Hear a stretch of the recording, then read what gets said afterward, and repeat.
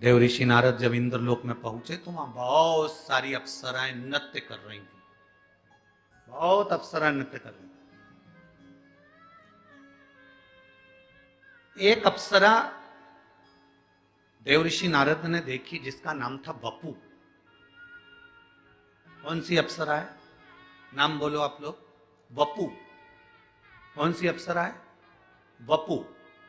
एक वपु नाम की अप्सरा वहां एक कोने में खड़ी थी, ना नृत्य कर रही थी ना गायन कर रही थी, खड़े, जिसके मस्तक पर त्रिपुंड लगा हुआ था।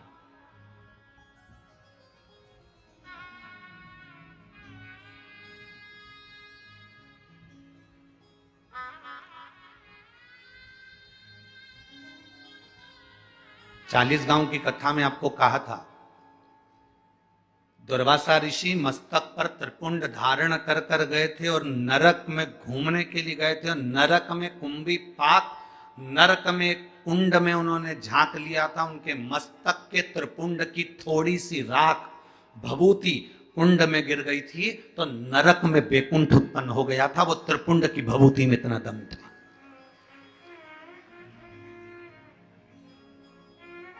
शिवजी पे चढ़ी हुई भभूत में इतना दम था। आप लोगों से निवेदन है, आप रोज भभूति नहीं लगा सकते, आप रोज त्रिपुंड नहीं लगा सकते, आप रोज भगवान का चंदन मस्तक में नहीं लगा सकते, तो भगवान के ऊपर जो जल चढ़ता है उस जल को अपने ऊपर छीट लिया करो। 24 घंटे एनर्जी रहेगी, 24 घंटे बल।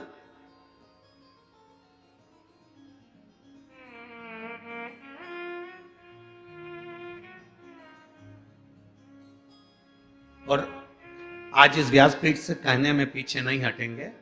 हम तो इतना जरूर कहेंगे, अगर कोई व्यक्ति बीमार है, हॉस्पिटल लेकर जा रहे हो, लग रहा है कि इसको बड़ी बीमारी की आशंका है, इसका किडनी लीवर डैमेज हो चुका है, इसको कहीं कैंसर जैसा रोग दिख रहा है, इसके शरीर में कोई ना कोई बड़ी बीमारी डॉक्टर बोल सकता है, तो मैं लग रहा है कि घबराहट हो रही है, भय लग रहा है कि मैं डॉक्टर को दिखाने नागपुर जा रही हूँ, मैं डॉक्टर को दिखाने के लिए चंद्रपुर जा रही हूँ, मैं डॉक्टर को दिखाने के लिए यवतमाल जा रही हूँ, मैं डॉक्टर को दिखाने के लिए यहाँ जा रही हूँ, और तुम्हें लग रहा है कि कहीं कोई बड़ी बीमारी ना आए, तो हमारा निवेदन है, सबसे पहला काम करना, हॉस्पिटल डॉक्टर को दिखाने से पहले शंकर के मंदिर में जाना, एक लोटा जल समर्पित कर कर आचमन करना, एक बेलपत्री उठाना, तुम खाओ तो ठीक, ना खाओ तो ठीक, उसको पर्स में डालना या जेब में रखना और उसको लेकर हॉस्पिटल तक जाना और कुंदकेश्वर महादेव का नाम लेकर जाना। कभी बड़ी बीमारी नहीं निकल सकती।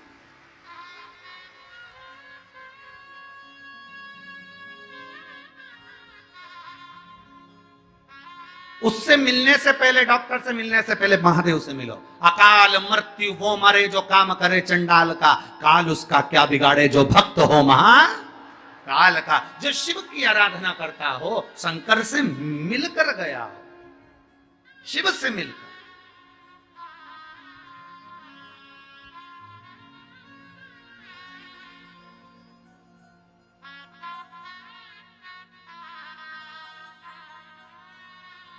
बहुत बड़े डॉक्टर को फाइल दिखा दी, फिर छोटे छोटे डॉक्टरों से जाकर कह दो हम बड़े डॉक्टर मुंबई गए थे, वहां ये डॉक्टर को दिखाकर, बड़े हॉस्पिटल का नाम ले दो, हमने वहां दिखाया।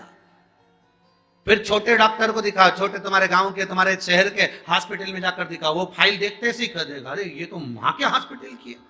फिर वो कहेगा जब तुम वहां दिखाया है तो फिर हम थोड़ा बहुत ट्रीटमेंट देख लेते।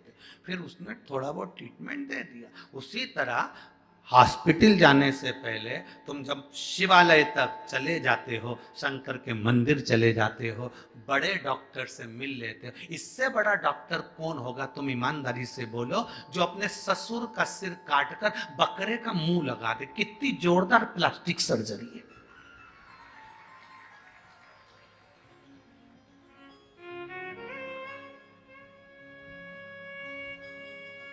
एक लड़के ने लिखकर भेजा, गुरुजी ये बताओ कि गणेश जी का सिर कटा तो शंकर भगवान ने गणेश जी का ही सिर क्यों नहीं जोड़ दिया वापिस, हाथी का सिर क्यों जोड़ा? तो हमने कहा ये तो कोई भी कर लेगा, हाथ टूटा हाथ कोई भी जोड़ देगा, पर हाथ की जगह पांव तो लगा के बता, तब मालूम पड़ेगा कि सही सर्जरी हुई कि नहीं हुई। यहां से थोड़ी सी चमड़ी निकाल कर यहां लगा दी, यहां का थोड़ा सा अंग निकाल कर यहां लगा दिया, ये तो कोई भी कर सकता है। सिर कटा, वही की वही सिर तो कोई भी जोड़ सकता है।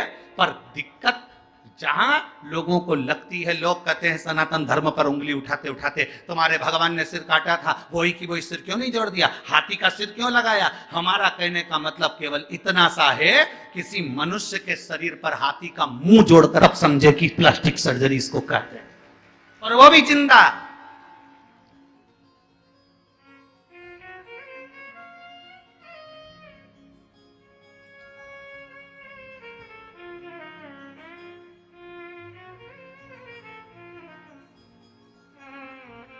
एक व्यक्ति ने हमसे कहा, गुरुजी देखो तुम्हारे सनातन धर्म में, तुम्हारे हिंदू धर्म में कितनी सारी पुराण हैं, कितने सारे वेद हैं, कितने सारे शास्त्र हैं, कितने सारे ग्रंथ हैं, और हमारे धर्म में केवल एक, बाकी के जितने धर्म सब में एक पुस्तक, एक ग्रंथ, एक किताब है, और तुम्हारी इतनी किताब।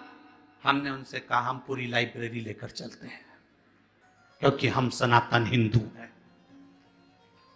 पूरी लाइब्रेरी लेकर चलते हैं, साथ में होना चाहिए, लाइब्रेरी हमारी है।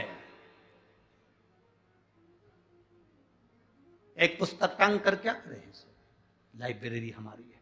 हम विष्णु पुराण भी पढ़ते हैं, हम गर्ग संहिता भी पढ़ते हैं, तो हम सब कुछ पढ़ते हैं, कोई चीज नहीं छोड़ते, कोई चीज क्या छोड़े। तुम्हारे हाथ में किसी संत की पुस्तक आ जाए तो उसको भी पढ़ो, किसी वेद पुराण शास्त्र ग्रंथ जो आया उसका अध्ययन होना चाहिए, उसका अध्ययन हो।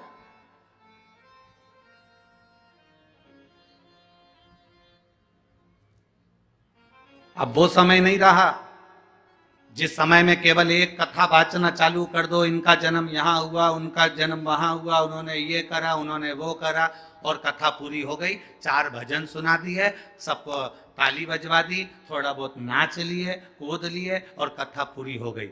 शिव महापुराण में तो इतना समय भी नहीं होता कि एक भजन की जगह 2 भजन गा लिया जाए। एक भजन के लिए भी थोड़ा सा समय बीच में फंसाना पड़ता है, तब जाकर कोई भजन हो पाता है, नहीं तो वो कथा इतनी लंबी तक चल जाती है कि आपके भीतर शिव तत्व कैसे प्राप्त हो। हम जिसके लिए आए, हम जिस परमात्मा को प्राप्त करने के लिए आए, हम जिसके दरवाजे पर आए हैं, वो हमें कैसे मिले। हम गुरु के दरवाजे पर जाएं, और उस गुरु के दरवाजे पर जाएं, तो हम अगर गुरु के दरवाजे पर पहुंचे, भले हमारा गुरु वहां सामने नहीं हो, पर गुरु ग्रंथ भी अगर वहां पर है, तो उस ग्रंथ में गुरु का दर्शन होना चाहिए। उस ग्रंथ में गुरु का दर्शन हो तो समझ लेना कि तुम्हारा गुरु के दरवाजे जाना सार्थक हुआ, तुम्हारा गुरुद्वारे जाना सार्थक हुआ। तुम मंदिर में जाओ, और मंदिर में जाने के बाद तुम अगर भगवान को जल चढ़ाते समय तुम्हारे भीतर की इंद्रियां आनंदित ना हो जाए, तो तुम्हारा फिर मंदिर जाना व्यर्थ है। वहां आनंदित होना चाहिए कि मैंने जल चढ़ाया तो मेरी इंद्रियां आनंदित हुई।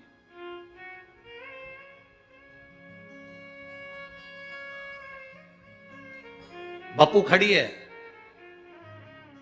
इंद्रलोक की सारी अप्सराओं में अलग खड़ी है, सिर पे त्रिपुंड लगा हुआ है, चंदन का तिलक लगाया हुआ, कंकु का तिलक लगाया हुआ, सिर पर थोड़ा सा तिलक लगाया हुआ व्यक्ति अलग दिख जाता है। पूरी ट्रेन में, ट्रेन के अंदर लोग चढ़े हुए हैं, और अगर आप तिलक लगाकर चढ़ गए हो तो यह पक्का है कोई ना कोई तुमको ऐसा मिल जाएगा जो थोड़ी सी जगह देकर सीट पर बिठाई देगा। तिलक का यह फर्क पड़ा, सा तिलक लगाए आपको सम्मान मिलेगा।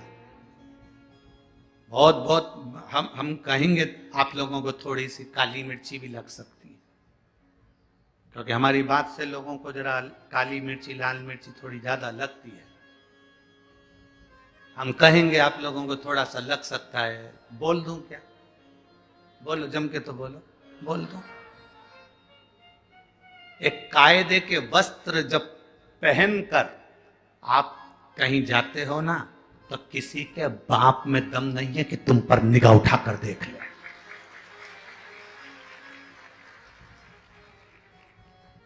जब वस्त्र कायदे का नहीं होता तो लोग फायदा उठाते हैं।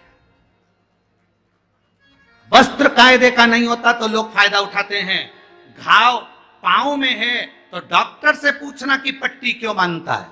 डॉक्टर को मालूम है अगर पट्टी नहीं बांधूंगा तो ये मक्खी उस घाव पर बैठेगी, इसलिए जितना हो सके पट्टी बांध कर चलोगे तो फिर ये आड़ी टेढ़ी मक्खी नहीं झूमेगी।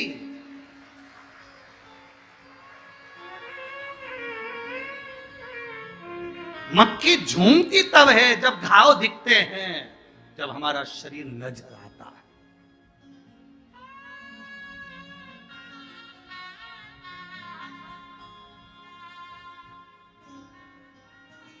अपने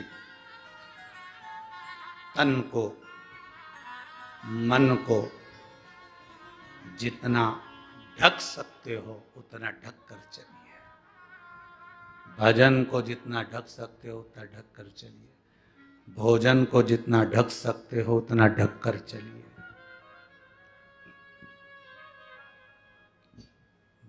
भजन